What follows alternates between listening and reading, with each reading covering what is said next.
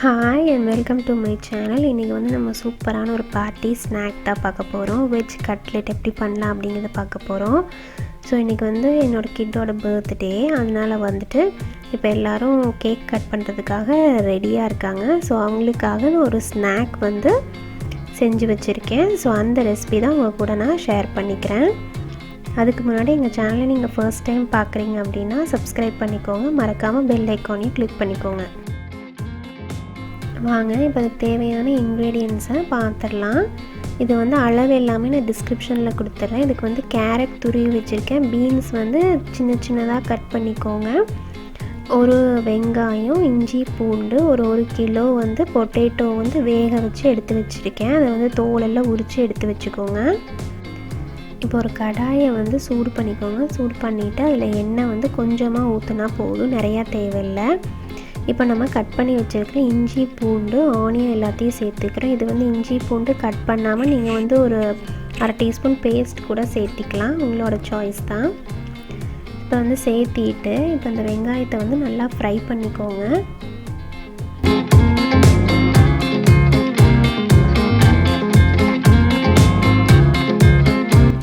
இது வந்து இப்போ நல்லா ஃப்ரை ஆனதுக்கப்புறம் நம்ம வந்து துருவி வச்ச கேரட்டு, பீன்ஸ் அதை ரெண்டுத்தையும் வந்து சேர்க்க போகிறோம்.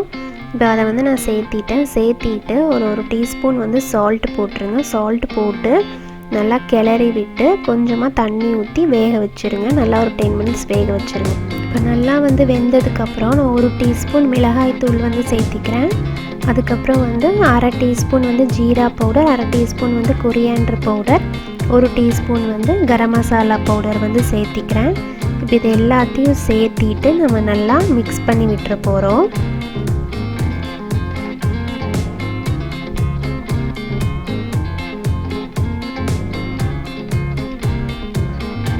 இப்போ வந்து கிளறிட்டு ஒரு 2 நிமிஷம் விட்டுருங்க. விட்டதுக்கப்புறம் நம்ம வந்து இப்போது பொட்டேட்டோஸை வந்து ஆட் பண்ணிக்கலாம். இந்த உருளைக்கிழங்கை வந்து நல்லா மேஷ் பண்ணி ஆட் பண்ணிக்கோங்க.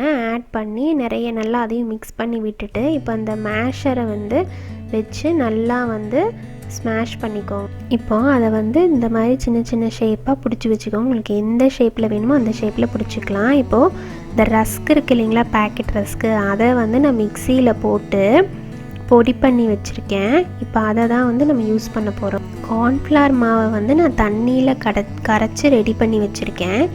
இப்போ இந்த கட்லெட் நம்ம பிடிச்சி வச்சுருந்த இந்த கட்லெட்டை வந்து நம்ம ஒன்று அதை வந்து அதில் டிப் பண்ணி நம்ம பிரெட் கிரம்ஸில் டிப் பண்ண போகிறோம். இது வந்து கொஞ்சம் திக் கன்சிஸ்டன்சியாக இருக்கணும் இந்த கார்ன்ஃப்ளவர் மாவு.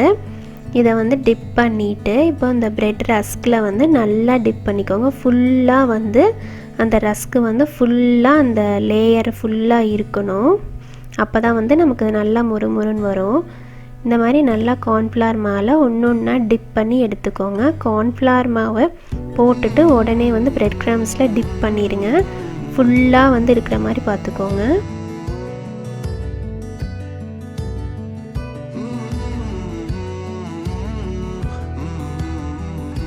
இப்போ அடுத்து வந்து நம்ம டிப் பண்ணி வச்ச கட்லெட்ஸை ஒன்றா எண்ணெயில் வந்து நல்லா ரெட்டிஷ் ஆகிற வரைக்கும் நீங்கள் வந்து ரோஸ்ட் பண்ணி எடுத்துக்கோங்க. சிம்மில் வைக்க வேண்டாம், நீங்கள் ஹை ஃப்ளேமில் வச்சு எடுத்துக்கலாம். ஒரு 2 நிமிஷம் ஆனாலே போதுங்க. ரொம்ப மீடியம் ஃப்ளேமில் வைக்க வேண்டாம். இப்போ வச்சு எடுத்துட்டோம் அப்படின்னா நம்ம கட்லெட் வந்து ரெடி ஆகிடுச்சு. இந்த ரெசிபி உங்களுக்கு பிடிச்சிருந்தா மறக்காமல் எங்கள் சேனலுக்கு சப்ஸ்கிரைப் பண்ணுங்கள், லைக் பண்ணுங்கள், ஷேர் பண்ணுங்கள். தேங்க்யூ.